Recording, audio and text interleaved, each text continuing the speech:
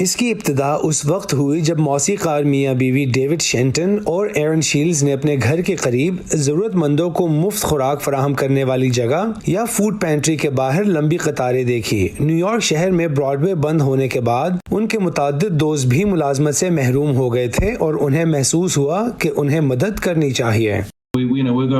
جب ہم چہل قدمی کر رہے ہوتے تھے تو ہمیں لوگوں کی طویل قطاریں نظر آنے لگیں جو کہ اصل میں فوڈ پینٹری کے باہر لگی ہوتی تھی۔ پچھلے سال ستمبر میں وہ ایک چرچ کے رضاکاروں میں شامل ہوئے جو ہفتے میں 2 بار 1000 سے زیادہ خوراک کے ڈبے ضرورت مند خاندانوں میں تقسیم کرتے ہیں۔ وبا کے دوران انہیں دوسروں کی زیادہ مدد کرنے کی ضرورت محسوس ہوئی۔ ریاست الینوائے سے تعلق رکھنے والی ایرن شیلز ایک سوپرانو گلوکارہ ہیں جو اپنے شوہر کے ساتھ گاتی ہیں، جو کہ ایک برطانوی کمپوزر، پیانو اور وائلن بجاتے ہیں۔ اور پھر میں نے سوچا ٹھیک ہے، ہم اپنے فن کا مظاہرہ کر سکتے ہیں۔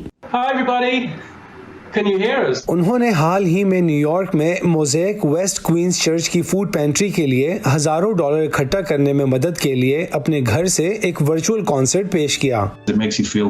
آپ کو یہ جان کر اچھا لگتا ہے کہ آپ بغیر کسی صلے کے دوسروں کے لیے کچھ کر رہے ہیں۔ ایرن شیلز کے لیے خاص طور سے پچھلے سال رضاکارانہ طور پر کام کرنا اس وقت اہم ہوا جب نیو یارک اس وبائی مرض کا مرکز بن گیا اور مریضوں کو ہسپتالوں میں لے جانے والی ایمبولینس کے سائرنز پورے شہر میں گونج رہے تھے۔ میری ماں ہمیشہ کہا کرتی تھی کہ اگر آپ اداس ہیں تو ایک رضاکار کے طور پر کام کر کے دوسرے لوگوں کی مدد کر دیں، کیونکہ اس سے آپ بھی بہتر محسوس کریں گے، اور یہ واقعی درست ہے۔